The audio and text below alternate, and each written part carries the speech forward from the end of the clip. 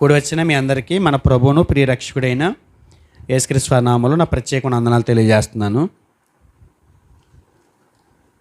గతించిన కాలాల్లో పరిశుద్ధాత్ముడి గురించి ఎన్నో సంగతులు మనం నేర్చుకుంటూ వస్తున్నాం.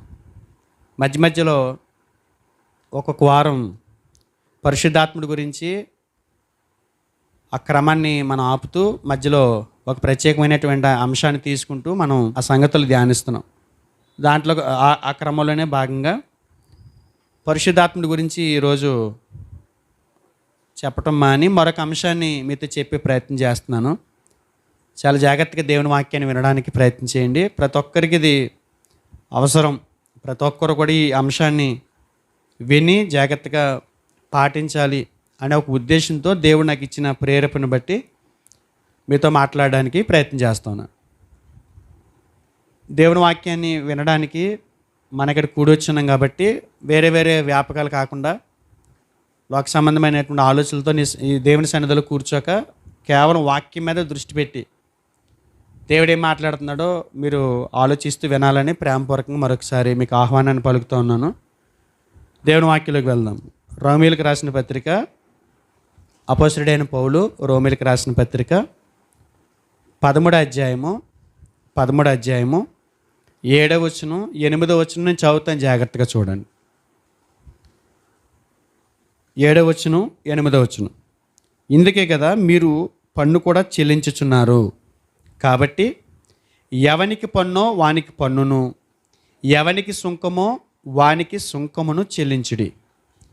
ఎవని ఎడల భయముండవలనో వాని ఎడల భయమును, ఎవని ఎడల సన్మానముండవలనో వాని ఎడల సన్మానమును కలిగి ఉండి అందరికీ వారి వారి రుణములను తీర్చుడి.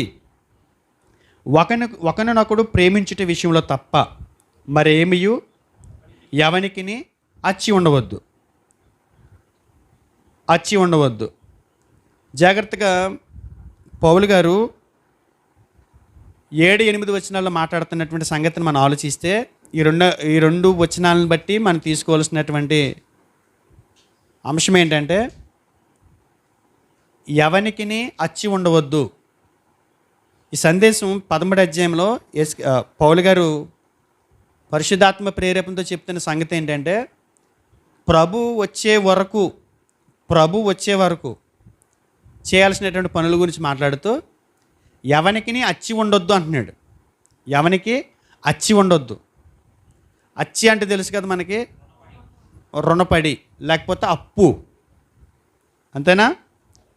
ఏమన్నాడు? 7వ వచనం ఆకలిని మళ్ళీ చదువుతున్నాను చూడండి. అందరికీ వారి వారి రుణములను తీర్చుడి.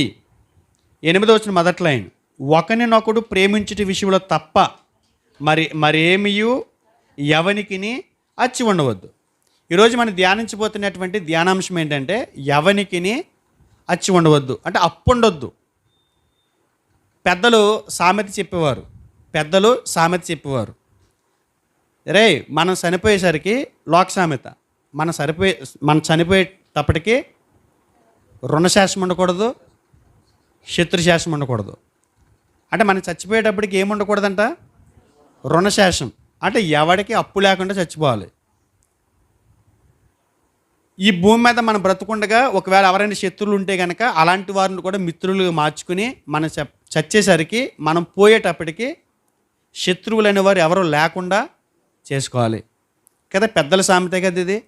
పెద్దలకి సామెతలు ఎలా వచ్చినాయి అని అంటే వాళ్ళు ఆధ్యాత్మిక విలువలు కలిగి నైతిక విలువలు కలిగి జీవించారు కాబట్టి వాళ్ళకి గ్రంథంతో అవసరం లేకుండానే కొన్ని సందర్భాల్లో వాళ్ళ జీవిత అనుభవాలను బట్టి కొన్ని విషయాలు చెప్పారు.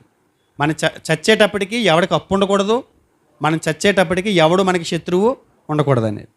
అయితే పౌలు గారు ఇక్కడ మాట్లాడుతున్నది ఏంటంటే ఈ రెండిట్లో ఒకటి మాట్లాడుతున్నాడు ఆయన. ఏంటంటే ప్రభు వచ్చే వరకు, మనం బ్రతుకుండగా ప్రభు వస్తే కనుక మనం ఎవరికి అప్పు ఉండకూడదు.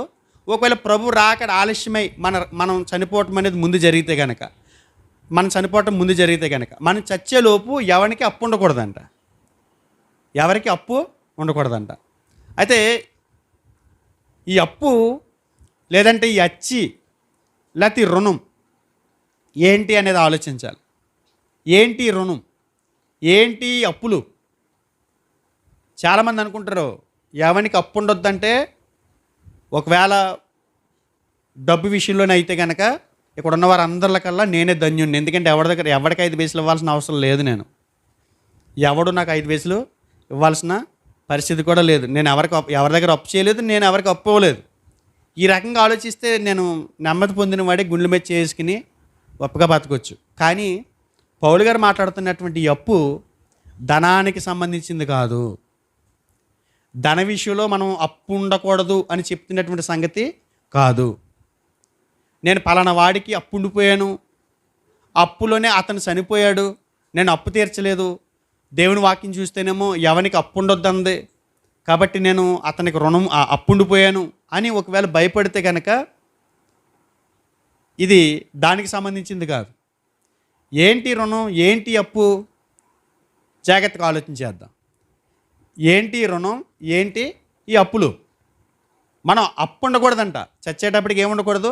అప్పు ఉండకూడదంట. ఈ లోకాన్ని వదిలేటప్పటికి అప్పు ఉండకూడదంట. ఇది ఏ అప్పుకి సంబంధించి ఆయన మాట్లాడుతున్నాడో మరొకసారి చూద్దాం. 7వ వచనానికి 8వ వచనానికి చిన్న విషయాన్ని గమనిస్తే 7వ వచనం పైన ఏమని చెప్పాడు? ఎవనికి పన్ను వానికి పన్నును, ఎవనికి సుంకమో వానికి సుంకము చెల్లించుడి. ఇది భౌతికమైనటువంటి డబ్బుగా కనపడుతుంది. పన్నులు చూడండి, పన్నులు ఎగవేస్తుంటారు. మున్సిపాలిటీలకి గవర్నమెంట్కి సంబంధించిన ట్యాక్స్లు ఎగ్గొట్టేస్తుంటారు. కొంతమంది కట్టరు, అవి బాకీలు అలా ఉండిపోతుంటాయి. పౌలు గారు వాటి గురించి మాట్లాడుతూ అవి కట్టేయండి, అలా ఉండకూడదు, ప్రభుత్వాలు దేవుని నియమిస్తేనే నియమించబడ్డాయి, ప్రభుత్వాలను గౌరవిస్తే దేవుని నియమాన్ని గౌరవించినట్టే అని మాట్లాడుకుంటూ వస్తూ, సరే అంతవరకు బాగానే ఉంది, అప్పుల గురించి బాగానే ఉంది అని మాట్లాడి మరొక మెట్టు పైకెక్కి ఈ అప్పులే కాదు, ఈ రుణాలే కాదు, ఈ అప్పులే కాదు, ఈ రుణాలే కాదు, మరొక రుణం ఉండే అవకాశం ఉంది, వాటిని కూడా తీర్చండి, వీటితో పాటు వాటిని కూడా తీర్చండి అని మాట్లాడుతూ కిందకు వచ్చేటప్పటికి అంటున్నాడు. ఆఖరి లైను, తర్వాత లైనే, ఎవని ఎడల భయం ఉండవలెనో వాని ఎడల భయమును, ఎవని ఎడల సన్మానం ఉండవలెనో వాని ఎడల సన్మానమును కలిగి ఉండి అందరికీ వారి వారి రుణములను తీర్చుడి. ప్రభుత్వ అధికారుల్ని గౌరవిస్తూ, పై అధికారులను గౌరవిస్తూ, వాళ్ళు పెట్టిన నియమాన్ని మనం గౌరవిస్తూ వాళ్ళు కట్టాల్సినటువంటి రుణాలు, అప్పులు కట్టేయండి అని చెప్పి 7వ వచనానికి చెప్పిన సంగతిని కొనసాగిస్తూ 8వ వచనంలో ఒక మాట చెప్పాడు, మంచి మాట.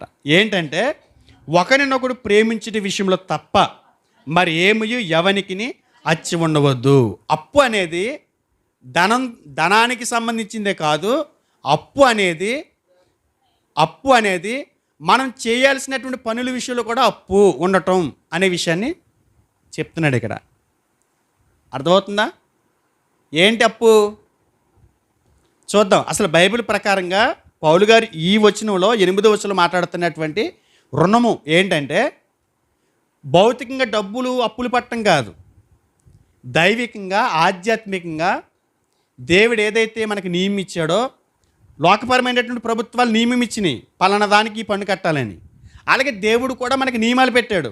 ఆ నియమాల ప్రకారము ఆధ్యాత్మికంగా ఆ చట్టాన్ని గౌరవిస్తూ, దైవికమైన చట్టాన్ని గౌరవిస్తూ మనం మన జీవితంలో బదులుగా మనం ఇతరుల పట్ల చేయాల్సినటువంటి పనులు ఏవైతే ఉంటాయో అవి చేయకపోతే కనుక మనం రుణం ఉన్నట్టు, అవి చేస్తే రుణం లేనట్టు అని మాట్లాడుతున్నట్టు ఉంది. అర్థమైందా? ఎలా? అధికారులు నియమించినటువంటి చట్టాన్ని గౌరవిస్తూ పలానా దానికి పన్ను కట్టాలి, హెల్మెట్ ఎట్టుకోకపోతే ఎంత కట్టాలి, లైసెన్స్ లేకపోతే ఎంత కట్టాలి, ఇదిగో సైట్కి మించి ఒక అంగుళం బయటకు కడితే ఈ పన్ను కట్టాలి అని చట్టాలు నియమించినాయి కదా. ఆ చట్టాలను గౌరవిస్తూ మనం చేసినటువంటి పొరపాట్లకి అట్లా కట్టేసి వాళ్ళ అప్పులు తీర్చేయండి. తర్వాత ఈ భూమి మీద బ్రతుకుతున్నటువంటి మన కొరకు దేవుడు ఇచ్చినటువంటి దేవుని చట్టాలు ఏవైతే ఉంటాయో ఆ చట్టాల విషయంలో కూడా మనం ఏం చేయాలంట? ఎవరికి బాకీ ఉండకూడదంట, ఎవరికి రుణం ఉండకూడదంట. అర్థమైతే దేవునికి స్తోత్రం. తెలియాలి ఇప్పుడు ఎవరెవరికి రుణం ఉన్నాం, ఏంటి ఆ రుణం, రుణమన్నాం. ఏంటి రుణము అంటే మన ఇతరుల పట్ల చేయాల్సినటువంటి పనులు దైవికమైన చట్టంలో ఉన్నాయి. దైవికమైన చట్టంలో నువ్వు ఇలా పలానా వాళ్ళకి ఇలా చెయ్యని దేవుడు నాకు ఆజ్ఞాపించారు. ఆయన చెప్పింది నేను చేయలేదనుకోండి, ఇప్పుడు ఆయన చెప్పింది చేయకపోవటం ద్వారా నా ఎదుటి వ్యక్తి గురించి దేవుడు నాకు ఏదైతే ఆజ్ఞాపించాడో అది నేను చేయకపోతే నేను ఆ వ్యక్తికి అప్పు ఉన్నట్లు లెక్క. అర్థమైందండి? రుణం ఉన్నట్లు లెక్క. పౌలు గారు చెప్పింది ఇదే. 2 రకాల రుణాల గురించి మాట్లాడుతున్నాడు ఆయన. భౌతికమైన రుణం ఉండొచ్చు, ఉండకపోవచ్చు. కానీ ఆధ్యాత్మికంగా, ఆత్మీయంగా మనం ఎవరికి రుణం ఉన్నాం, ఏంటి ఆ రుణం, ఏం చేస్తే తీరుతుంది ఆ రుణం, ఇవన్నీ ఆలోచించాల్సినటువంటి బాధ్యత దేవుని పిల్లలుగా మనకుంది. అందుకే పెద్దలు చెప్పారు, ఏముండకూడదట, రుణశేషం లేకుండా చచ్చిపోవాలంట. అసలు ఎవ్వడికి రుణం లేడండి ఆయన. అసలు ఎవ్వడికి రుణం లేడండి. ఉన్న వాళ్ళందరూ ఆయనకే రుణం ఉన్నారండి అన్నట్టుగా చచ్చిపోతారండి కొంతమంది. చనిపోయేటప్పుడు వాళ్ళు ఈ లోకాన్ని వదిలి వెళ్ళిపోతున్నప్పుడు మనం వింటూ ఉంటాం, ఆ దేహాన్ని అక్కడ పెట్టి బంధువులు దుఃఖపడుతూ ఉంటే ఇరుగు పొరుగు వారు మాట్లాడుకుంటుంటారు, అసలు ఎవ్వడికి అప్పు లేదండి ఈయన, ఎవరికి రుణం లేడండి, అందరూ ఆయనకి రుణం అండి, అంత మంచోడండి అని మాట్లాడుతుంటారు కదా. మనం వింటూ ఉంటాం చాలా సందర్భాల్లో. కాబట్టి అసలు మనం ఎవరికి రుణం ఉన్నాం, ఏంటి ఆ రుణాలు, ఎవరికి అప్పు ఉన్నాం, ఎప్పుడైనా ఆలోచించామా? ఆలోచించాం. మనం ఏమనుకుంటాం, నేను ఎవరికి 5 వయసులో అప్పు లేను, ఇక పలానోడు 10 లక్షలు అప్పు ఉంది, అడిగి 20 లక్షలు అప్పు ఉంది, దరిద్రుడు, అలాంటోడు, పనికి మాలోడు, వాళ్ళని తిట్టుకుంటాం. అసలు ఆడికంటే పెద్ద అప్పు మన దగ్గర ఉందేమో. దైవికమైనటువంటి కోణంలో విశ్వాస నేత్రంతో మనం చూసినప్పుడు మన దగ్గర ఉన్నటువంటి అప్పులు ఏంటి, ఎవరికైనా అప్పు ఉండిపోయామా, ఎవరికైనా మనం రుణం ఉన్నామా, ఆ రుణాన్ని తీర్చుకునే పద్ధతి ఏంటి, ఆ అప్పులు ఎలా తీరుతాయి అని ఆలోచించాల్సినటువంటి బాధ్యత క్రైస్తవుడిగా, దేవుని పిల్లలుగా మన మీద ఉంది. చూద్దాం, రుణాలు ఎన్ని రకాలు అని అడిగినప్పుడు 2 రకాలు కదండి, చాలా ఉన్నాయండి. అంటే మీరు అన్నది ఇందాక చెప్పిన దాన్ని బట్టి మీరు అంటున్నారు, ఏది భౌతికంగా రుణం ఉండొచ్చు, ఆధ్యాత్మికంగా రుణం ఉండొచ్చు. ఆధ్యాత్మిక రుణాల్లో ఎన్ని రుణాలు ఉన్నాయి, ఎవరికి రుణం ఉండబోతున్నాం, మనం ఎవరికైనా ఎవరి విషయంలో రుణం ఉండిపోయే పరిస్థితి ఉంది అనేది మనం బైబిల్ని అడిగినప్పుడు అన్యజనులు కానీ, అంటే క్రైస్తవేతరులు కానీ, దేవుని పిల్లలైన వారు కానీ, అంటే ఆధ్యాత్మిక విలువలు లేకపోతే దైవికమైన చట్టం విశ్వాసులమని చెప్పుకుంటున్న మనం కానీ, క్రైస్తవేతరులు కానీ, ఇరువురు కూడా 3 విషయాల్లో ఖచ్చితంగా ఉంటారు. వాళ్ళు 3 విషయాల్లో ఖచ్చితంగా ఉంటారు. ఈ మూడిటి విషయాల్లో రుణం ఉండకూడదని చూస్తారు. వాటిలో మనం ఇంచుమించు దేవుని చిత్తమైతే 5 విషయాలు ఆలోచించేద్దాము, టైం ఉంటే. లేదనుకుంటే ఈ అంశాన్ని కొనసాగిస్తూ దేవుని చిత్తమైతే మరొక వారం ధ్యానం చేసుకుందాం. అవినంత వరకు మనం పరిశీలన చేద్దాం. ముఖ్యంగా 3 విషయాల్లో మనం రుణం ఉండబోతున్నాము అని హైందవ సోదరులు కూడా మాట్లాడుతుంటారు. వారిలో మొదట ఎవరు అని అంటే దైవ రుణం అండి. మనం దేవునికి రుణం ఉన్నాం. 2 పితృ రుణం, అంటే తల్లిదండ్రులకి రుణం ఉన్నాం. 3 వాళ్ళు అంటారు ఋషులకు రుణం ఉన్నామని, కానీ బైబిల్ అంటుంది దేవుని సేవకుడికి కూడా రుణం ఉంటామంట. తర్వాత 4వది భార్య భర్తకి, భర్త భార్యకి రుణం ఉంటారంట. తర్వాత తల్లిదండ్రులు పిల్లలకి రుణం ఉంటారండి. ఇందాక ఎవరికి రుణం ఉంటామని చెప్పుకున్నాం? పితరులకి, అంటే తల్లిదండ్రులకి మనం రుణం ఉంటాం. అలాగే తల్లిదండ్రులు కూడా పిల్లలకి రుణం ఉంటారంట. ఇలాంటి విషయాలు ఎన్నో బైబిల్ చెప్పిందండి. మనం ఎవరెవరికి రుణం ఉండకుండా చూసుకోవాలో ప్రయత్నం చేద్దాం. అర్థమవుతుందా? చూడాలి, పడుకోకూడదు. ఎవరెవరికి రుణం ఉండాలో ఆలోచించాలి. మొట్టమొదటిగా రుణం ఉండకూడని పరిస్థితి ఎవరి విషయంలో అంటే దైవ రుణం. దేవుని విషయంలో రుణం ఉండకూడదండి. రుణం అంటే ఏంటి?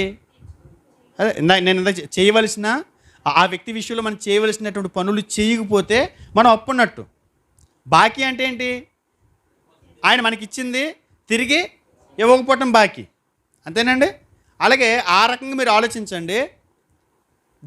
దైవానికి, సృష్టికర్త అయినటువంటి దేవునికి, తండ్రి అయిన దేవునికి మనం రుణం ఉన్నామంట. మొదటిది ఆలోచిస్తున్నాము, దైవ రుణం. మానవ జన్మకి మూలం ఎవరు? మనం ఎలా పుట్టామంటే ఎవరు మూలం? ఒకసారి కీర్తన 100 చూద్దాం. కీర్తన 100. 3వ వచనం చూడండి. యెహోవాయే దేవుడని తెలుసుకునుడి, ఆయనే మనలను పుట్టించాను, మనము ఆయన వారము, మనము ఆయన ప్రజలము, ఆయన మేపు గొర్రెలము. యెహోవా దేవుడని తెలుసుకోండి, ఆయనే మనలను పుట్టించెను. పుట్టినట్లు ఒకటి ఉందా? పుట్టించెను.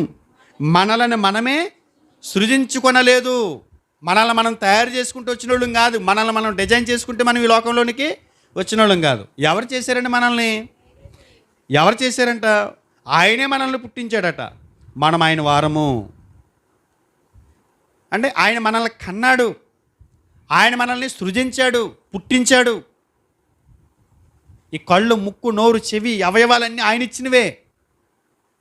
అరుగుదల ఆయన ఇచ్చిందే, చూపు ఆయన ఇచ్చిందే, ఇన్ని రకాలైనటువంటి కలర్స్ చూడడానికి చూపించింది ఆయనే, ఇన్ని రకాలైనటువంటి శబ్దాలు వినడానికి చెవులు ఇచ్చింది ఆయనే, నడవటానికి కాళ్ళు ఇచ్చింది ఆయనే. ఒక అడ్రస్ ఇచ్చాడు మనకి దేవుడు ఇక్కడ. ఒక కుటుంబాన్ని ఇచ్చాడు, భార్యని, పిల్లల్ని, అలాగే భర్తని, పిల్లల్ని, అన్నదమ్ముల్ని, తోడబుట్టిన వారిని, తల్లిదండ్రుల్ని, వీళ్ళందరిని ఇచ్చింది ఎవరు అని అంటే దేవుడు. మనల్ని పుట్టించింది ఆయనట. మానవ జన్మకు కారకుడు ఎవరు అని అంటే దేవుడు. ఎందుకు పుట్టించాడండి? మీరు అంటారు కదా, నేను ఎందుకు కన్నాను నిన్నని మనం బాధపడతాను. కొన్ని సందర్భాలు ఎందుకు కన్నానని భయమే బాధపడుతున్నాను అంటూ ఉంటాం. కొంతమంది పిల్లలు ఎదురు తిరిగినప్పుడు ఎందుకు కన్నాం?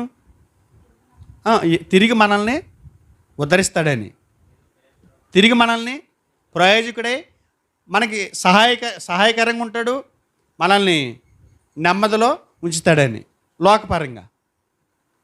అలాగే పరలోకపు తండ్రి కూడా మనల్ని పుట్టించాడని అంటే ఆయనకి ఏదో ఒక ఉద్దేశం ఉంది. మనల కన్న తల్లిదండ్రుల విషయంలో ఆయన వాళ్ళు మన నుంచి ఏం కోరుకుంటారో అలాగే మనల్ని పుట్టించినటువంటి దేవుడు కూడా మన నుండి ఏదో కోరుకుంటున్నాడు. ఆయన మనల్ని పుట్టించినప్పుడు, మనల్ని జన్మింపజేసినప్పుడు ఆయనకు ఒక ప్రణాళిక ఉంటుంది. ఆ ప్రణాళిక ఆయన చెప్పలేదు అనుకోండి, పర్వాలా, కానీ ఆయన చెప్పాడు.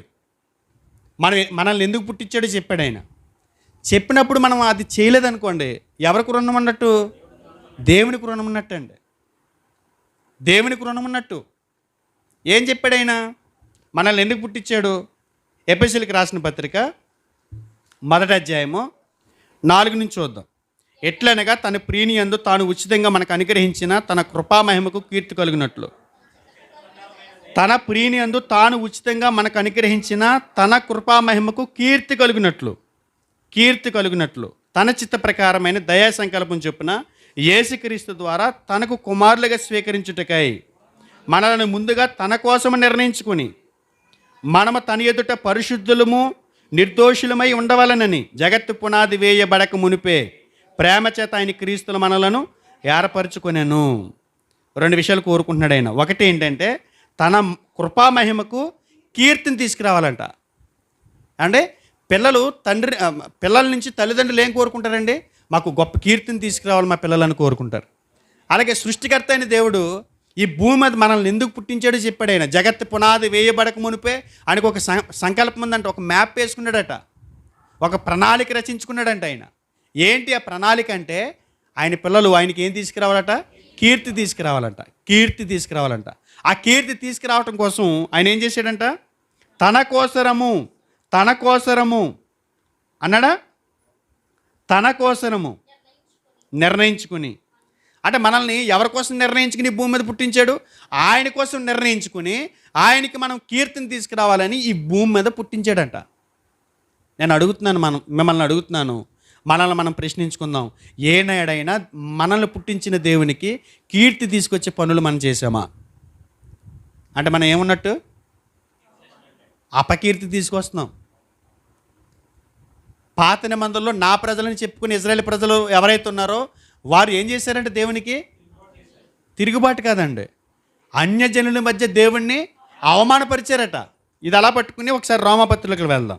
రోమాపత్రిక 2వ అధ్యాయం 24 వచనం చూడండి. వ్రాయబడిన ప్రకారము మిమ్ముని బట్టియే కదా దేవుని నామము అన్యజనుల మధ్యను దూషింపబడుచున్నది. కీర్తి తీసుకొస్తున్నారా? అపకీర్తి తీసుకొస్తున్నారా? అపకీర్తి. ఒకవేళ దేవునికి కీర్తి తీసుకురాని స్థితిలో ఉంటే కనుక మనం ఏమన్నట్టు దేవునికి రుణం అన్నట్టే. ఏ విషయంలో రుణం ఉన్నాం? ఏ విషయంలో అప్పు ఉన్నాం దేవునికి? ఆయన కీర్తించే విషయంలో మనం రుణం ఉండిపోయాం.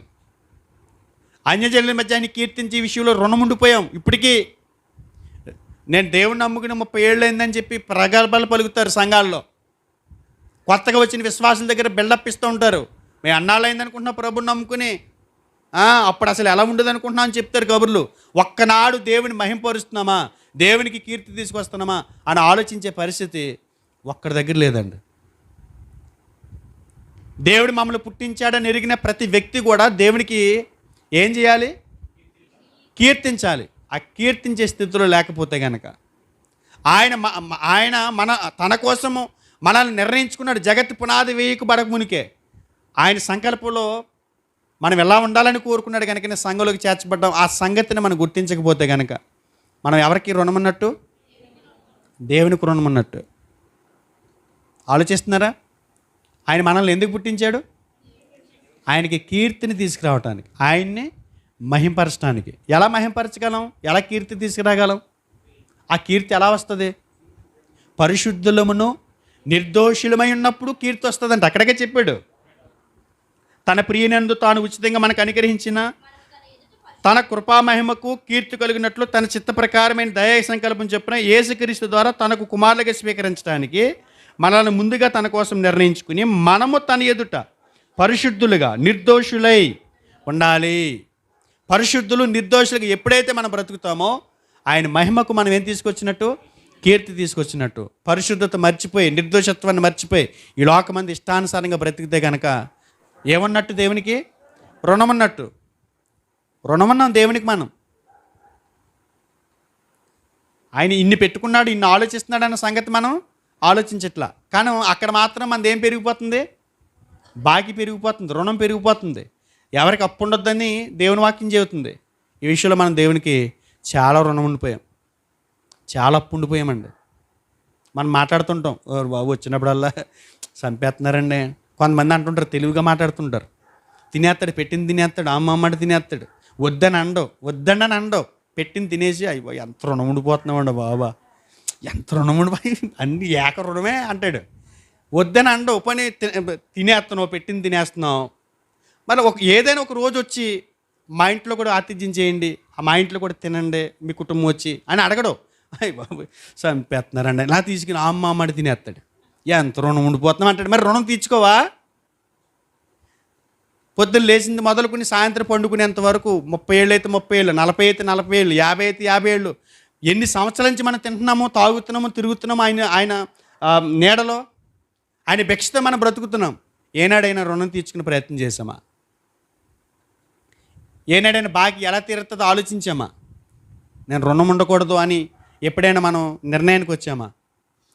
యెషయా గ్రంథం 43:7 నా మహిమ నిమిత్తము నేను సృజించిన వారిని, నా నామము పెట్టబడిన వారందరినీ తెప్పించుము. నేనే వారిని కలగజేసి తిని వారిని పుట్టించిన వాడను నేనే. వారిని పుట్టించిన వాడను నేనే. ఏం చేయాలి మరి? అంటే దేవునికి ఏం తీసుకురావాలి? మనల్ని పుట్టించాడు కనుక నేను వారిని కలగజేసి తిని వారిని పుట్టించిన వాడిని నేనే. 8వ వచనం మంచి మాట అంటున్నాడు, కన్నులుండి అందులైన వారిని, చెవులుండి చెవిటి వాళ్ళని తీసుకుని రండి. కళ్ళున్నాయి వాళ్ళకి ఆంట్ల, చెవులున్నాయి వినపట్ల. ఈ సంగతిలో నేను పుట్టించిన వారిని, నాకు కీర్తి తీసుకురావాలి, నన్ను మహింపరచాలి వారి బ్రతుకుల్లో. ఎలా మహింపరచాలి? ఎలా మహింపరచాలి? పరిశుద్ధులుగా నిర్దోషులుగా అని చెప్పుకున్న మానం ఉంది. ఎలా చూద్దాం, ఆ మాట కూడా చూద్దాం. ఎఫెసీయులకు రాసిన పత్రిక 5వ అధ్యాయము 1వ వచనం చూడండి. కావున మీరు ప్రియులైన దేవుని పిల్లల వలె దేవుణ్ణి పోలి నడుచుకోండి. అంటే ఏ తండ్రి అయినా బిడ్డ నుంచి ఏం కోరుకుంటాడు?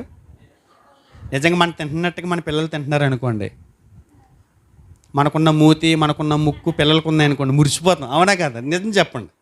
మూతి ముక్కులకే మురిసిపోతాం. నా ముక్కే బిడ్డ, నా చెవులే బంగారం, నా బంగారం. ఎంత బాగా చూసుకుంటామో. ఒక చెవి ఒక ముక్కు ఒక మూతి వచ్చినప్పుడు కాకి పిల్ల కాకి ముద్దు. కానీ దేవుడు కాకి కాదు, మన కాకి పిల్లలం కాదు. అందు గురించి ఆయన ఏం కోరుకుంటాడనంటే, నేను ఎలా నడుస్తున్నానో అలాగే నడాలి. నేను ఎలా నడుస్తున్నానో అలా నడాలి. ఎవరిని చూపించాలంటే భూమి మీద మనం మన తండ్రిని చూపించాలట. దేవుడు ఎలా ఉంటాడో లోకానికి తెలియదంట.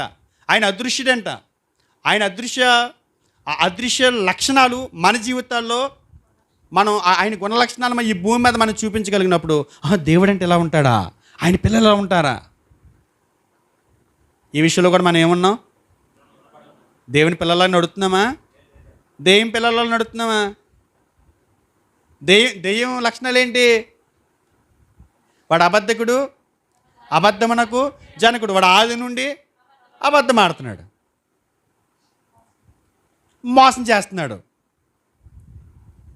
అవన్నీ మన దగ్గర ఉన్నాయా? ఉంటే వాడి పిల్లలం. మోసం చేసే లక్షణం వాడిది, మోసం చేయని లక్షణం దేవునిది.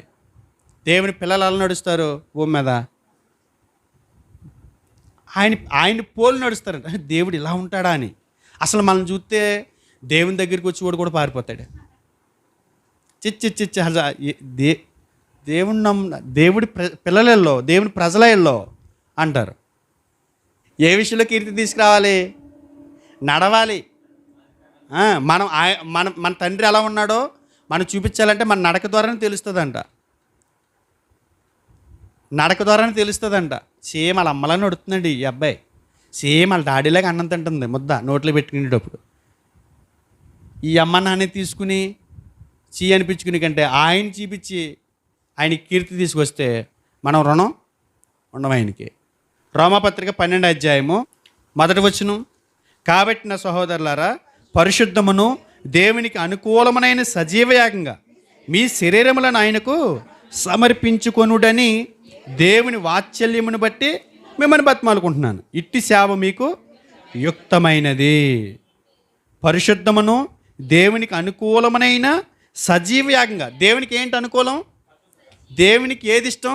సజీవయాగంగా ఈ దేహాన్ని ఎవరికి ఉపయోగించాలట? దేవునికి సమర్పించాలట. దేవునికి ఎలా సమర్పించాలి? సజీవయాగంగా అని చాలాసార్లు చెప్పాను మీకు. బ్రతుకుండగానే అంటే అవయవాలన్నీ మంచిగా పని చేయగలిగే సామర్థ్యం, శక్తి కలిగి ఉన్నప్పుడే. అన్ని వంకలు తిరిగిపోయిన తర్వాత, అన్ని మృతతుల్యం అయిపోయిన తర్వాత, అన్ని ఒడిలిపోయిన తర్వాత నేను దేవుని పని చేస్తానంటే అది దేవునికి మహిమ కాదు. ఈ విషయంలో చెప్పుకోవాలనుకుంటే చాలా రుణం ఉంటాం ఇందులో కూడా. సజీవయాగంగా దేహాన్ని సమర్పించే విషయంలో కూడా ఏమున్నాం?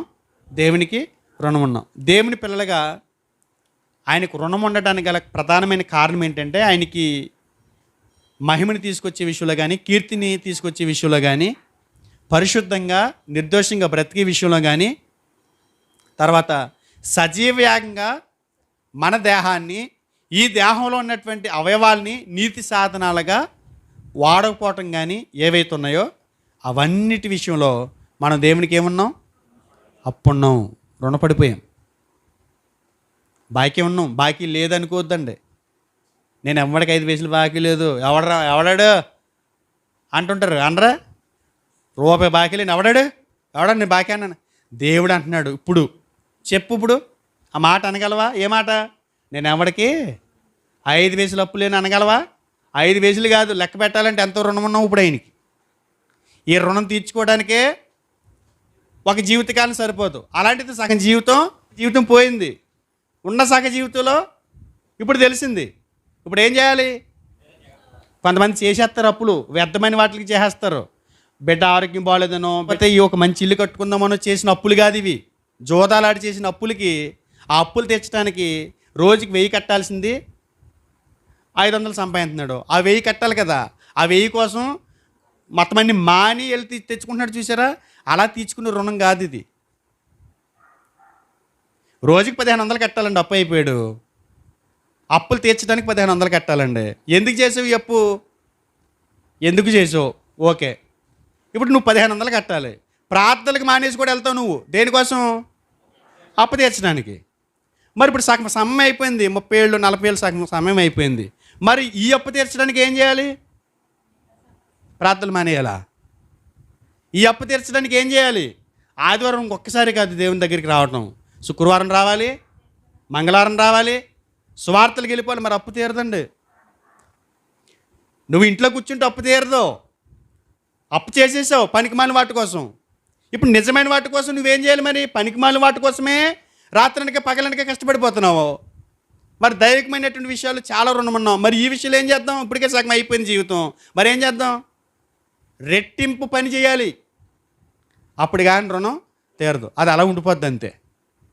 మన చచ్చేలోపు చేయాల్సినటువంటి పని ఏంటంటే ఆయనకి మహిమని తీసుకురావాలి, ఆయనకి కీర్తిని ఆరోపించాలి, నీతి సాధనాలకు మన అవయవాల్ని దేవునికి సమర్పించాలి.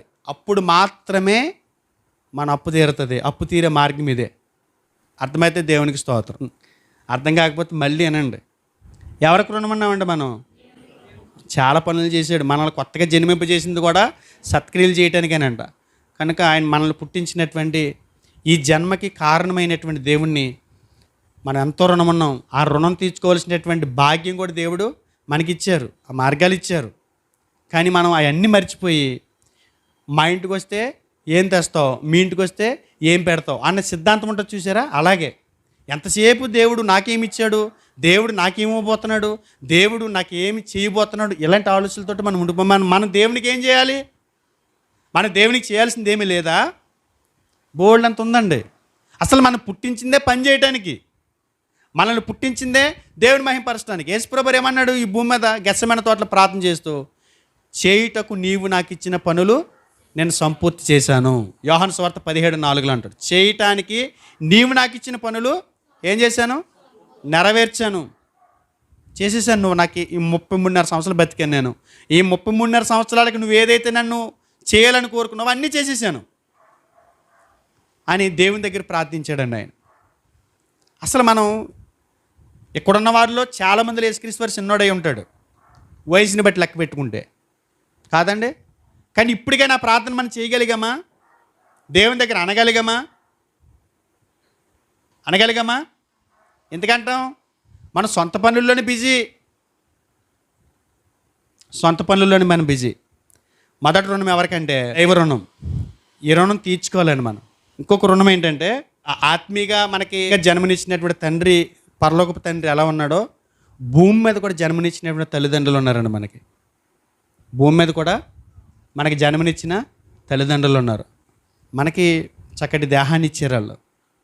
తల్లి కనడానికి 9 నెలలు ఆ గర్భంలో మోసి జన్మనిచ్చింది. ఆ మోస్తున్నప్పుడు పడినటువంటి ఆ బాధ, ఆ కష్టం ఒకసారి ఆలోచించండి.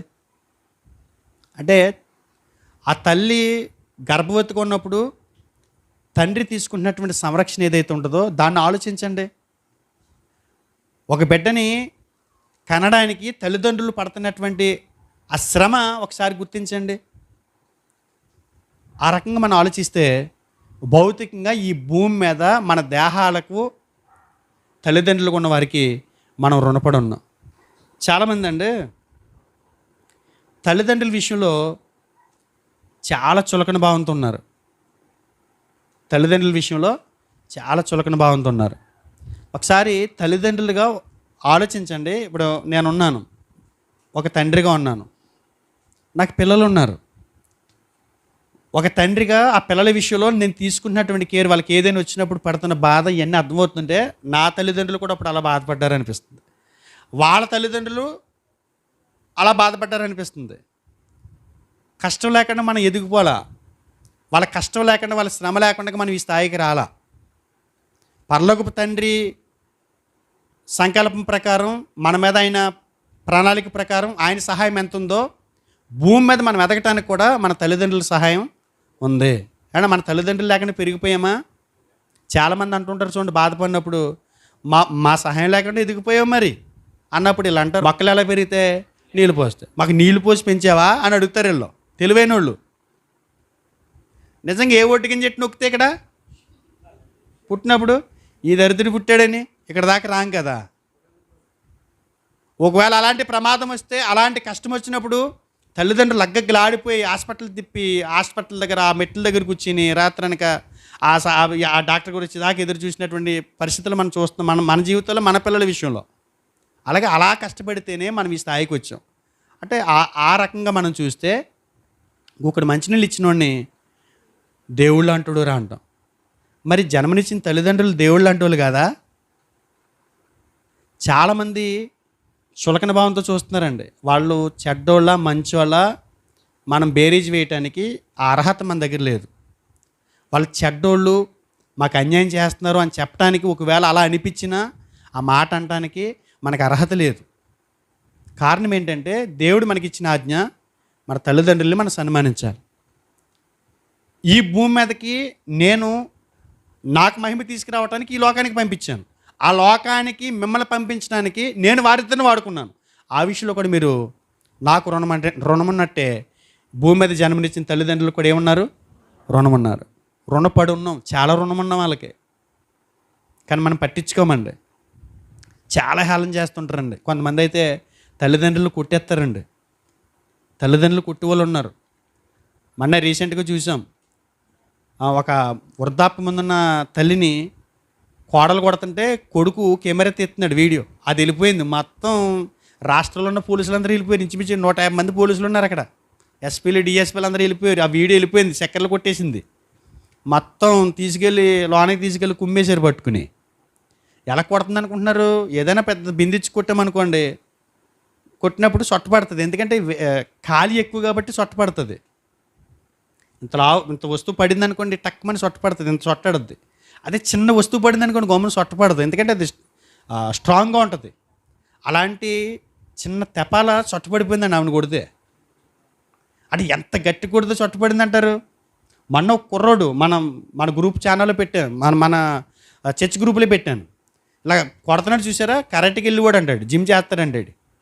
తండ్రిని కొడుతున్నాడు, మొక్క మీద వృద్ధుడైన తండ్రి అండి. అలా కూర్చొని ఉంటే మొక్క మీద గుద్దుతుంటే అసలు రక్తం అంత ఏర్లే పారుతున్నట్టు పారేసిందండి. ముక్కు మీద, కళ్ళ మీద కొడుతుంటే అసలు ఏంటంటే బాబు, ఎక్కడికి వెళ్ళిపోయిందండి మానవ విలువలు?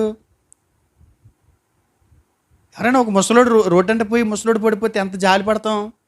అలాంటి జన్మనిచ్చిన తల్లిదండ్రులు కూడా ఏం చేస్తున్నారు? కొట్టేస్తున్నారండి.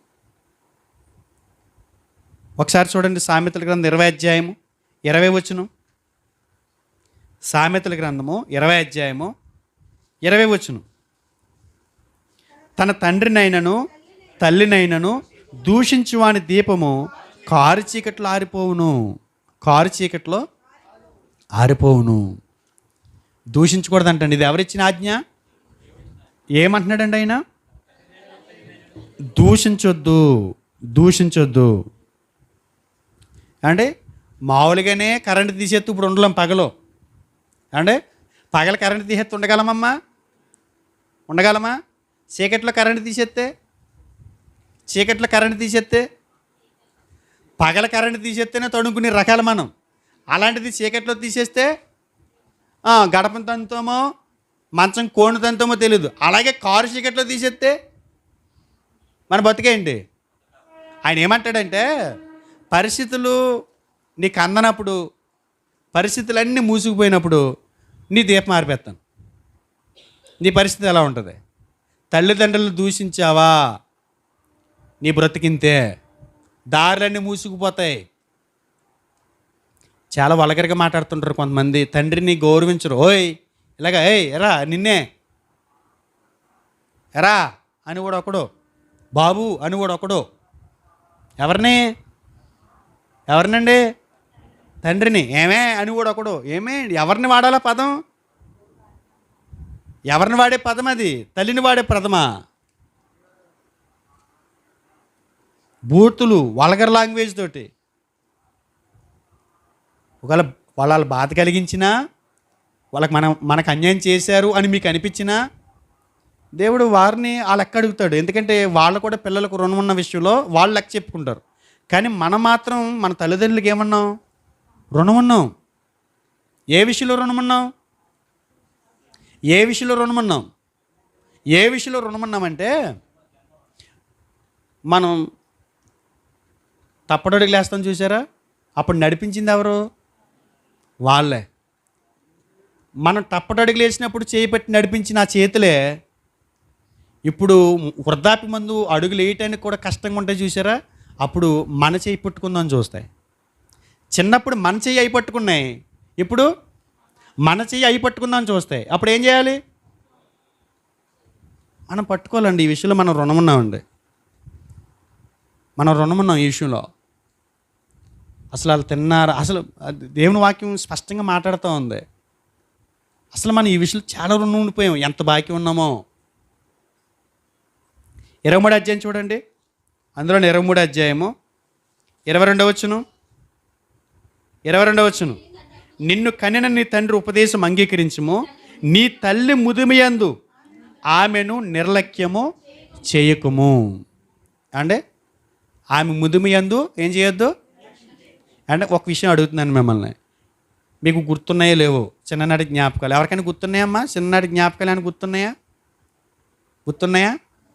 అందరికీ ఉంటాయి. ఏమని? చిన్నప్పుడు మరలగడి కూతుర్లు ఉన్నారు, పెద్దది ఉందనుకుందాం. ఇప్పుడు నిజంగా దెబ్బలాడుకుంటారు పిల్లలిద్దరూ. నేను అమ్మ పక్కన పడుకుంటాను, నేనే అమ్మ పక్కన పడుకుంటాను, లేకపోతే నేనే డాడీ పక్కన పడుకుంటాను, డాడీ నా డాడీ అని పట్టుకుని వదలరాళ్ళు. అవునా కాదా?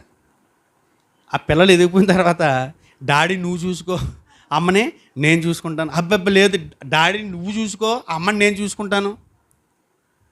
అమ్మ చెవులకి దిద్దులు ఉన్నాయి, అమ్మ మెడలో గొలుసు ఉంది కాబట్టి అమ్మ నాకు కావాలి, నాన్నకి గోసి మాత్రం ఉంది కాబట్టి నాన్న నీకు కావాలి అంటారు. ఇది కాదండి, కాదా? ఎవరు కావాలి మనకి? అమ్మని నేను చూసుకుంటాను, డాడీని నీ దగ్గర ఉంచుకో. ఆడంటున్నాడు, అమ్మ నాకే కావాలంటున్నాడు. చిన్నప్పుడు ఏం దెబ్బలాడుకున్నారు? అమ్మే నా అమ్మ నా సొంతం నేను అన్నాం. ఇప్పుడు ఎదిగిపోయిన తర్వాత ఏమంటున్నాం? అమ్మ నీకు, నాన్న నాకు. ఏమేస్తున్నాం? మాంసం కొట్లో చికెన్ వాటాలు వేసినట్టు వాటాలు వేసుకుంటున్నాం. ముదిమియందు వాళ్ళ ముదుము వచ్చింది కాబట్టి, ఒక రాసర అవసరమైంది కాబట్టి నీ మీద ఆధారపడుతున్నారు తప్ప, లేకపోతే అది కూడా అవసరం లేదు వాళ్ళకి. నిజంగా మన సీముడి కార్చుకుంటే చి ఎదవా అని అందో, గబగబ శంకి తీసి ముక్కు తుడిచేద్దే. ఇప్పుడు అదే తల్లి గమని టాయిలెట్కి వెళ్ళి నీరు కొట్టలేదు అనుకో, చిప్ ఈ ముసలిది వచ్చింది వాసన బాత్రూమ్ అంతా అని మాట్లాడుతుంటా కదా. పచ్చిగా మాట్లాడుతున్నారు ఏంటంటే బాబు, అందరూ అలాంటి వాళ్ళే కదా అన్నట్టుగా చూస్తున్నాడు ప్రసాద్. చూసినా పర్వాలేదు, చెప్పాలి మరి, అందరూ అలాగే కదండి. అందరికి అది వస్తుందండి. రుణం, అమ్మాయి చక్క అన్నట్టు రుణం. మీరు చెప్పింది రుణం అండి. అందరికీ ఆ పరిస్థితి ఎందుకు వస్తుందంటే, వాళ్ళ అమ్మ నాన్నలు చూడలేదు కాబట్టి ఆ రుణం వీళ్ళు తీర్చుకుంటున్నారు. మా అమ్మ నాన్న మేము ఎందుకు చూడలేదు అంటే, వాళ్ళ అమ్మ నాన్న వాళ్ళు చూడలేదు, వాళ్ళకి వచ్చింది, వాళ్ళు ఉన్న బాకీ మేము తీరుతున్నాం అంటున్నారు. ఖచ్చితంగా బాకీ తీర్చాల్సి వస్తుంది. దేవుడి బాకీ పక్కన పెట్టండి, ఈ బాకీ మన పిల్లలు తీర్చుకున్నారనుకోండి చాలా కష్టం, మనమే తీర్చుకుందాం. అర్థమైందండి? మనం తీర్చుకున్నాం అనుకోండి గొడవ ఉండదు. మన పిల్లలు తీరితే కనుక మీ అమ్మకి ఎక్కడ కూర్చోబెట్టి భోజనం పెట్టావో అక్కడే కూర్చోబెట్టి నీ బిడ్డలకి భోజనం పెడతారు. అది తీర్చుకునే రుణం. నీ అమ్మకి పడక ఎక్కడేసావో అక్కడే నీకు పడక. ఎక్కడేసావు పడక? నిన్న సురేష్ గడి పెట్టాడు నాకు ఒక వీడియో, నాకు షాకు. నిన్న ఆంటీ గారితో చెప్తా అన్నాను, ఏమంటే లోకం ఎలా మారిపోయిందో చూడండి అన్నాను. రేమండ్ షర్ట్స్ లేదు కదా కంపెనీ, రేమండ్ క్లాతులు ప్రపంచంలో కొన్ని వస్త్రాలతో పోటీ పడే ఒక కంపెనీ. రేమండ్ అంటే పెద్ద పెద్ద ఎవరాల్లో దేశ అధ్యక్షులు కూడా సూట్లు కుట్టించుకుంటారు, అందులోంచి తీసి అక్కడే కొనుక్కుంటారు. Raymond showroom. దాని అధినేత మన టీవీలో ఇంటర్వ్యూ ఇస్తూ ఏడుస్తున్నాడు, తినడానికి అన్నం లేదంట. మరి ఇక్కడ చాలా షాపులు ఉన్నాయండి, మన ప్రపంచంలో చాలా షాపులు ఉన్నాయి. ఆ రేమండ్ కోసం ఇప్పటికి మనం పాకులాడుతున్నాం. ఆయన అన్నం లేక ఏడుతుమేటండి అంటారేమో. 14,000 కోట్లు కొడుక్కి రాశాడంట, కంపెనీ కూడా కొడుక్కి రాశాడంట. వాడు అన్నం పెట్టట్లేదంట, బయటికి అని పంపించేసాడంట. మీరు అనుకుంటున్నారు 14,000 కోట్లు కదరా, ఒక ₹1,00,00,000 ఎత్తి పూలో పెట్టి చూసుకుంటాను రా అనుకుంటున్నారు మీరు. ₹1,00,00,000 కదా, మీరైనా అంతే, నేనైనా అంతే, మనం అయినా అంతే. ఆ బుద్ధి పోదండి మనకి. ఎవరికి రుణం ఉన్నావు? ఒకసారి ఎప్పుడైనా ఆలోచించావా? నువ్వు అమ్మకి నాన్నకి పెట్టే విషయాలు ఎంత రుణం ఉన్నావు ఒకసారి ఆలోచించు. ఎప్పుడైనా చూసావా? వాళ్ళ ఆలన పాలన చూసావా? వాళ్ళ పరిస్థితిని గమనించావా? వాళ్ళ ఆరోగ్య విషయంలో వాళ్ళ ఆస్తులు కావాలి. ఏం కావాలి? వాళ్ళ ఆస్తులు మాత్రం గొడవాడుకుంటారు, కొట్లాడుకుంటారు, చంపేదాకా వెళ్తారు, చచ్చేదాకా వెళ్తారు. కానీ వాళ్ళకి ఆరోగ్యం చెడిపోతే మాత్రం అవసరంలా. అమ్మకి ఆపరేషన్ చేశారా? మేము రాం, దెబ్బలాడుకున్నాం మా నాన్న నేను. సర్లే అయితే ఓకే అయిపోయింది.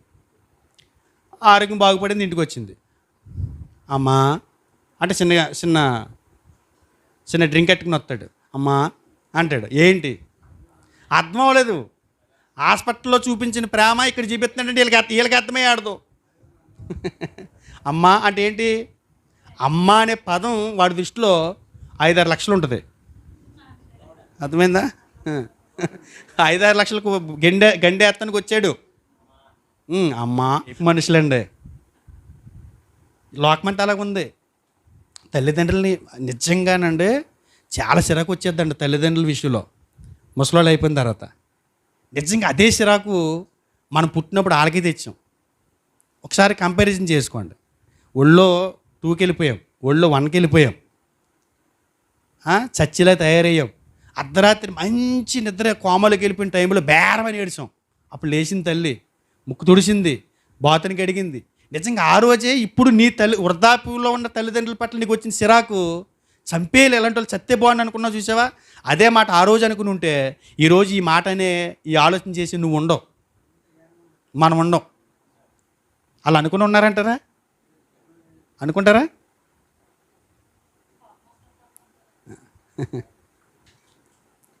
అసలు మనం వాళ్ళకు రుణం ఉన్నామండి. ఎంత చేసినా రుణం తీరదండి. అది అట్లా ఉండవలసిందే. ఎఫెసీయులకు రాసిన పత్రిక 6వ అధ్యాయము 2-3 వచనాలు చూడండి. నీకు మేలు కలిగినట్లు నీ తల్లిని తండ్రిని సన్మానించుము, అప్పుడు నీవు భూమి మీద దీర్ఘాయుష్మంతుడు వగుదువు.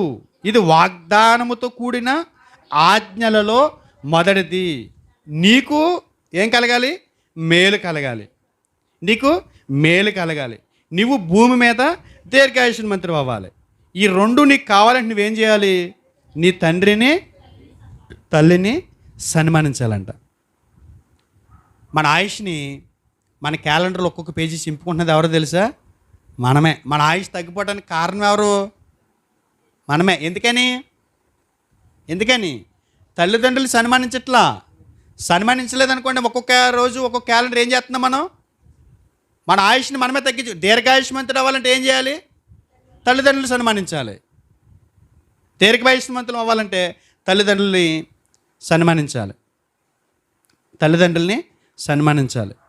ఈ విషయంలో మనం చాలా రుణం ఉన్నాం. ఇదివరకే స్కూల్లో చదువుకునే టైంలో గమ్మని ఇలా ఆడుతూ ఉండేవాళ్ళు. 6th క్లాసు 7th క్లాస్ టైంలో ఇలా పెన్ ఇచ్చుకుని ఆడతాను, పెన్సిల్ ఇచ్చుకుని ఆడతాను ఉండేవాళ్ళు. ఆ పెన్సిల్ జారిపోయి ఎవడ మీద పడింది అనుకోండి, ఇక్కడ తగిలింది అనుకోండి. చెప్తున్నాను మీకు ఒక ఉదాహరణ. ఇక్కడ తగిలినప్పుడు ఆడు ఆ పెన్సిల్ తగిలినాడు, ఆ పెన్సిల్ తీసుకుని మళ్ళీ మన దగ్గరకు వచ్చేవాడు. మీకు గుర్తుందో లేదో మీ జీవితంలో, నాకు గుర్తుంది. ఆడు ఆ పెన్సిల్ ఇచ్చుకుని మళ్ళీ మనల్ని కొడతాకి చూస్తాడు. మనం ఎలా తప్పించుకుంటూ ఉంటాం. ఆడు కొడతా చూస్తూ ఉంటాడు. తప్పించుకుంటాం మొత్తం దొరుకుతాము. తప్పేలు మనల్ని కొడతాడు. చెల్లు అంటాడు. అదే చెల్లు, నీకు నాకు చెల్లు. ఎప్పుడు చెల్లు అవుద్ది? బాకీ మనకు కూడా చెల్లు అవుద్ది. ఎప్పుడు మనం చూడలేదనుకోండి, మనకు కూడా దేవుడు చెల్లు చేసేస్తాడు. చెల్లు, అరే మీ అమ్మ నాన్న విషయంలో ఉన్నా కదా, ఆ బాకీ ఇలా కొట్టేశాను రా, ఓకేనా? ఓకే తండ్రి. ఇప్పుడు చాలామంది తల్లిదండ్రులు అనుకున్నారు మా బిడ్డలు మమ్మల్ని చూడలేదు అనుకున్నారు. ఈ బాధ మరి అప్పుడు పడలేదే మీ అమ్మ నాన్న విషయంలో? ఒకరిదొకరు పంచుకుంటూ వస్తున్నారు బాకీ. ఆ బాకీ అలా ఉండిపోతూనే ఉంది. తల్లిదండ్రులని మనం సన్మానించాలి. వాళ్ళ విషయంలో మనం చాలా రుణం ఉన్నాం, చాలా బాకీ ఉన్నాం. బాకీ తీరకపోతే కనుక ఆ బాకీ మన పిల్లలు తీరుస్తారు. వాళ్ళ పిల్లల బాకీ వాళ్ళ పిల్లలు తీరుస్తారు. చూడనవరండి. మెయిన్ ఈ విషయంలోనండి, తల్లిదండ్రులు చూసే విషయంలో అందరూ ఉంటారని నేను అన్నగాని, తల్లిదండ్రులు చూడకుండా అడ్డుపడే వారిలో స్త్రీలే ఉంటారండి. గొడవ ఏమైనా అవుతుందంటారా? మొన్న మాట చెప్పానా? అస్సలు మామూలుగా కాదండి. ఒక అమ్మాయి అంటుందంట కాలేజీలో నుంచిని,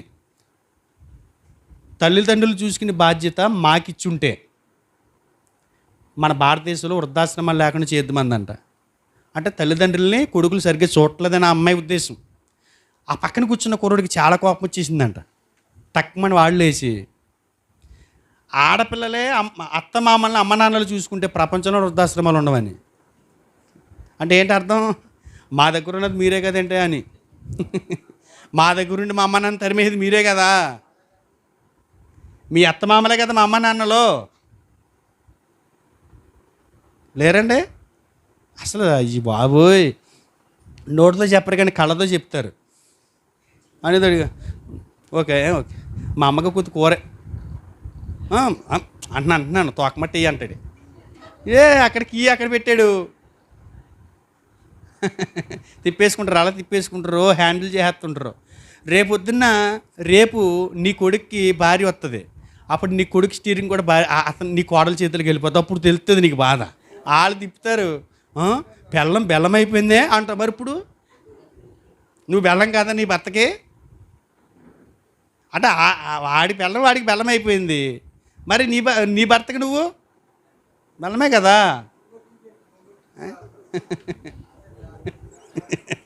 చూడండి, ఇక్కడ విషయం ఏంటంటే, తల్లిదండ్రులు చూసే విషయంలో మనం పూర్తిగా వైఫల్యం చెందాం. వాళ్ళ ఆరోగ్య విషయంలో, వాళ్ళని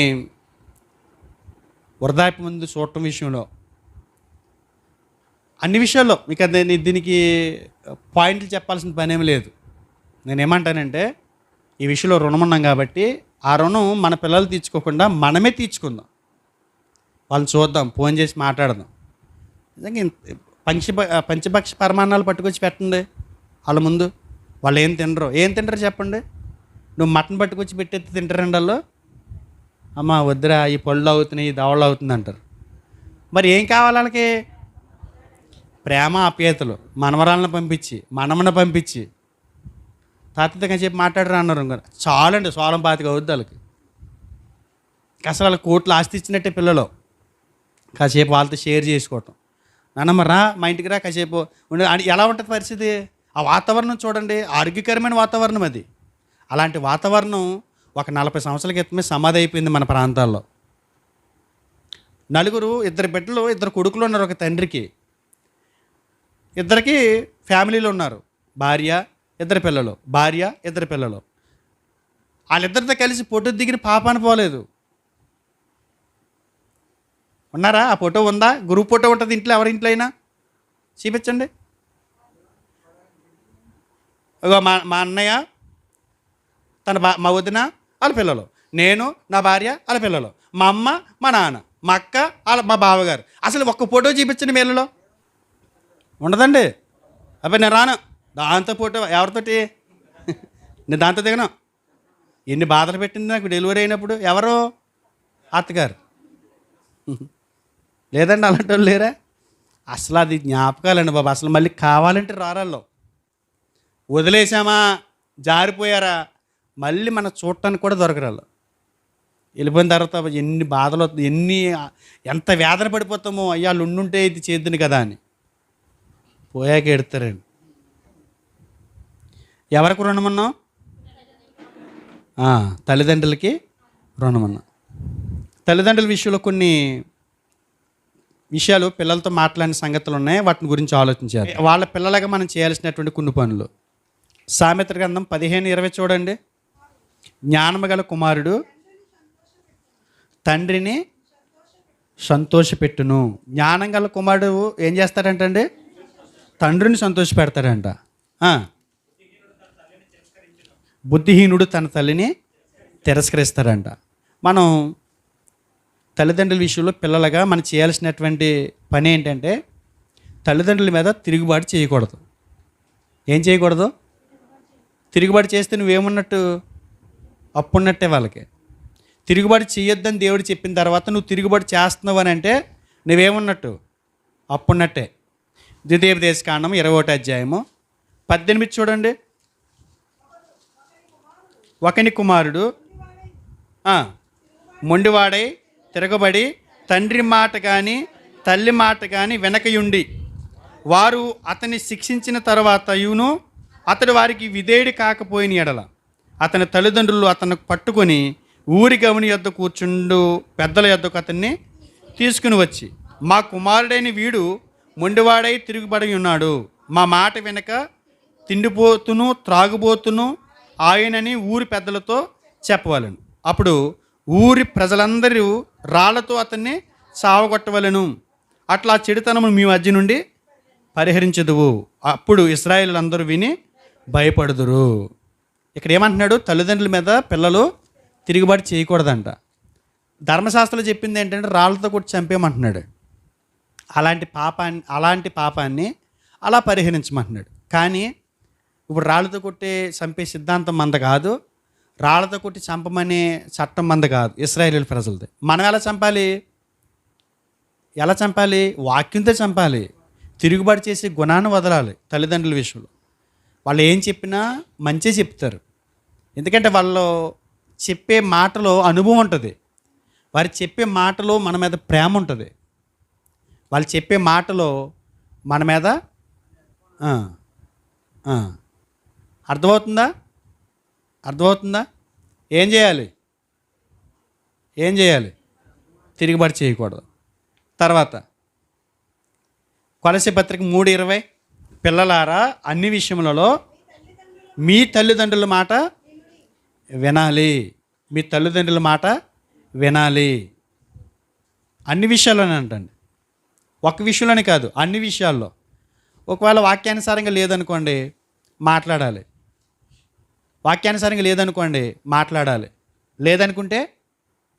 లేదనుకుంటే వాక్యానుసారంగా ఉంటే ఏం చేయాలి? తల్లిదండ్రులకి విధేయత చూపించాలట. హెబ్రీయులకు రాసిన పత్రిక 12వ అధ్యాయము 7వ వచనం, శిక్షాఫలం పొందుటకి మీరు సహించుచున్నారు, దేవుడు కుమారులుగా మిమ్మును చూచుచున్నాడు. తండ్రి శిక్షింపని కుమారుడెవడు? కుమారులైన వాళ్ళందరూ శిక్షలో పాలు పొందుదురు. మీరు పొందని ఎడల దుర్బీజులే కానీ కుమారులు కారు. తల్లిదండ్రుల శిక్షకి మనం ఏం చేయాలట? లోబడాలంట. తల్లిదండ్రులు చేసే శిక్షకి లోబడాలి పిల్లలుగా. వాళ్ళు పెద్దలైనప్పుడు, వాళ్ళు శిక్షిస్తున్నప్పుడు, లేదంటే క్రమశిక్షణలో పెట్టడానికి వాళ్ళు తీసుకునే నిర్ణయాలు ఏవైతే ఉంటాయో వాటికి మనం ఏమవ్వాలి? లోబడాలి. నిజంగా మనకి ఏమనిపిస్తుంది అంటే వాళ్ళు చెప్పే మాటలు మనకేదో చాలా చిరాగ్గా అనిపిస్తుంటుంది. ఆవిడ శాదత్తపోడు మాట్లాడుతున్నట్టు అనిపిస్తుంది. కానీ కొంతమంది జనరేషన్ మారక ఆ పాతకాలంలో ఉండిపోయి సలహాలు ఇస్తుంటారు. వాళ్ళకి మనం ఆధ్యాత్మికంగా కొన్ని సలహాలు ఇచ్చి ఆలోచింపజేసే విధంగా నడిపించాలి తప్ప వాళ్ళ మీద తిరుగుబడి చేసే కార్యక్రమాలు ఏమీ చేయకూడదండి. తల్లిదండ్రులకి మన తల్లిదండ్రులకి వారి శిక్షకి మనం లోబడాలి, వారి మాట మనం వినాలి, వారిని సన్మానించాలి. ఈ విషయాలన్నీ మనం ఆలోచించినప్పుడు తల్లిదండ్రులకి ఎప్పుడైనా లోబడ్డామా? తల్లిదండ్రులు ఎప్పుడైనా సన్మానించే కార్యక్రమాలు చేసామా? తల్లిదండ్రుల మాట ఎప్పుడైనా విన్నామా? వాళ్ళు చేస్తున్న క్రమశిక్షణకి ఎప్పుడైనా మనం విధేయత చూపించామా? ఇవన్నీ ఆలోచించినప్పుడు తల్లిదండ్రులకి మనం ఎంతో రుణముండిపోయాం. ప్రతిదాన్ని ఎదిరిస్తూ ఉంటాం. ఈ కార్యక్రమాలు ఏమీ మన తల్లిదండ్రుల విషయంలో మన జీవితంలో జరిగినాయా? మీరు ఎప్పుడైనా మీ తండ్రి శిక్షకి లోబడ్డారా? తల్లిదండ్రుల శిక్షణకి లోబడ్డారా? ఎప్పుడైనా మీ తల్లిదండ్రుల మాట విన్నారా? ఇవన్నీ ఆలోచించండి. మనం ఎంత రుణమన్నామో మనకు అర్థమవుతుంది. దేవుడిచ్చిన ఈ చట్ట ప్రకారం తల్లిదండ్రుల విషయంలో మనం ఎలా ఉండాలని దేవుడు కోరుకున్నాడో అలా లేకపోతే మన తల్లిదండ్రుల విషయంలో మనం ఏమై ఉన్నట్టు? అప్పున్నట్టు లెక్క, రుణపడి ఉన్నాం. ఇది ఇప్పటివరకు మనం చూసిన విషయం చూస్తే తల్లిదండ్రులతో వివాహం అవ్వకుండా తల్లిదండ్రులతో ఉండే జీవితం ఏదైతే ఉంటుందో ఆ జీవితాన్ని గురించి మాట్లాడుతున్నవే. వివాహం అయిపోయిన తర్వాత చేసే తల్లిదండ్రులకి విధేయత చూపించే పనులు ఏంటంటే వారిని ముదిమి అందు విడిచిపెట్టకూడదు, వృద్ధాప్య ముందు వారిని నిర్లక్ష్యం చేయకూడదు, వారిని సన్మానించాలి, వారి ఆరోగ్య విషయంలో మనం జాగ్రత్తలు తీసుకోవాలి, వారిని ఎప్పటికప్పుడు మనం అబ్జర్వేషన్ చేస్తుండాలి. ఇది పెళ్ళైన తర్వాత మనం తీసుకునే పెళ్ళైన తర్వాత భార్య వచ్చేసిన తర్వాత కొంతమంది హ్యాండిల్ చేసేద్దామని చూస్తుంటారు, కీలు బొమ్మలాగా ఆడుకుందామని చూస్తుంటారు కొంతమంది తల్లిదండ్రులు. భార్య వచ్చిన తర్వాత కూడా కొట్టేస్తాడు, భార్య ఎదురుకుండా కొట్టేస్తాడు, ఒక్కొక్కడు భార్య ఉందని కూడా చూడ్డు, తన్నేస్తాడు, గుద్దేస్తాడు, ఈయనకి చిన్నపిల్లడు అన్నట్టు లెక్కేస్తాడు.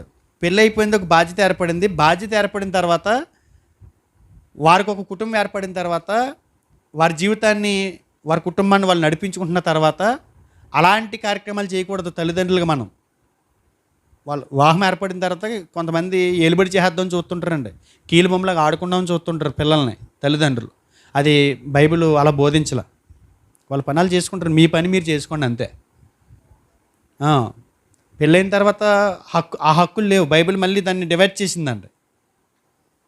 కొట్టేయటం, భార్య ముందు తిట్టేయటం, నీ మొగుడు సంపాదించాడులే, నీ మొగుడు సంపాదించాడులే, చేసాడులే అని చెప్పి భార్య దగ్గర హేళన చేసి మాట్లాడుతుంటారండి. అందుగురించే నువ్వే ఎత్తనవు. ఏంటి చెడు బీజం ఎవరికి? నీ కోడలకి. చెప్ప ఏడిపించ ఇక అసలు ఏదైనా మాట్లాడదాం అనుకుంది వాడికి, మనం తిట్టాడుగా చాలదా అంటాను, సర్లే తాగిపోతాను అంటాడు. అర్థమైందండి? ఎవరెవరికి రుణమున్నాం? దేవునికి రుణమున్నాం, తల్లిదండ్రులకి రుణం ఉన్నాం. దేవుని చిత్తమైతే మరొక వారం మనం ఆలోచన చేద్దాం. భార్య భర్తకి, భర్త భార్యకి. ఒక పురుషుడిగా ఇక్కడ నిలబడుతున్న నేను, నన్ను లెక్క పెట్టుకోండి. నేను నా భార్యకి భర్తగా ఉన్నాను, నా పిల్లలకి తండ్రిగా ఉన్నాను, నా తల్లిదండ్రులకి కొడుకుగా ఉన్నాను, నా తోడబుట్టిన వారికి తమ్ముడిగానో అన్నగానో ఉన్నాను. ఇలాగా ఒక వ్యక్తి ఇన్ని క్యారెక్టర్లు చేస్తున్నాడు.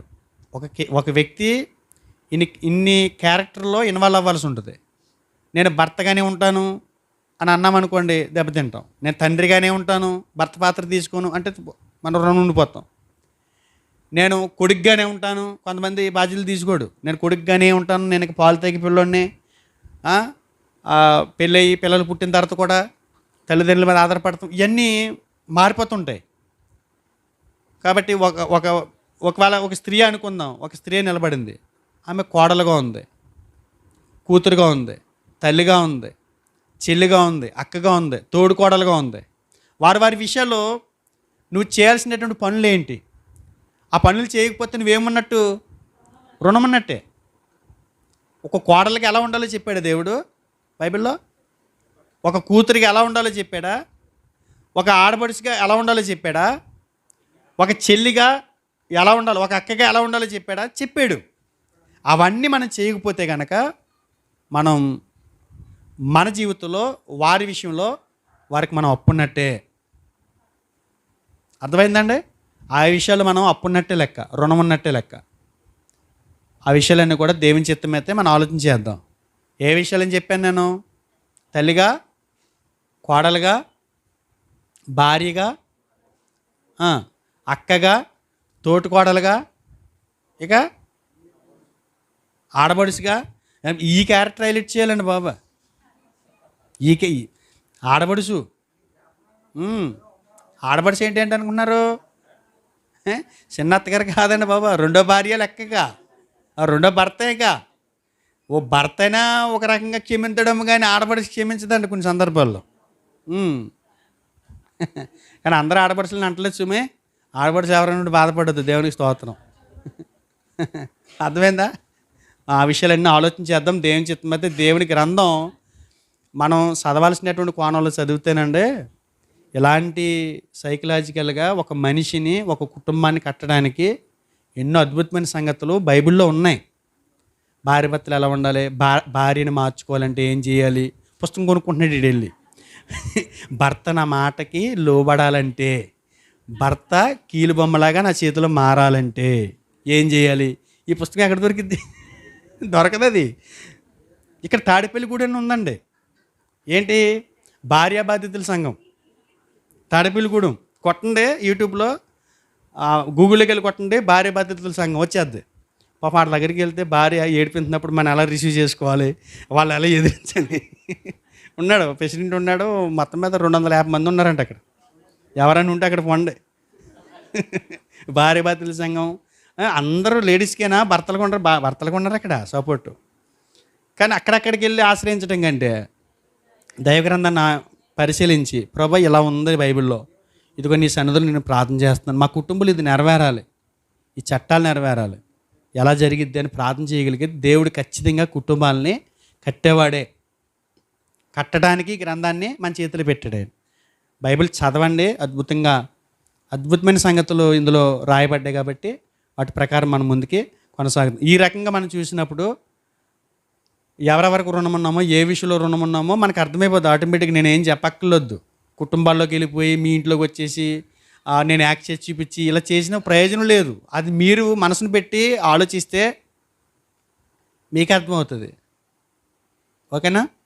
ఆలోచిస్తారా? అంటే ప్రార్థన చేసుకుందాం.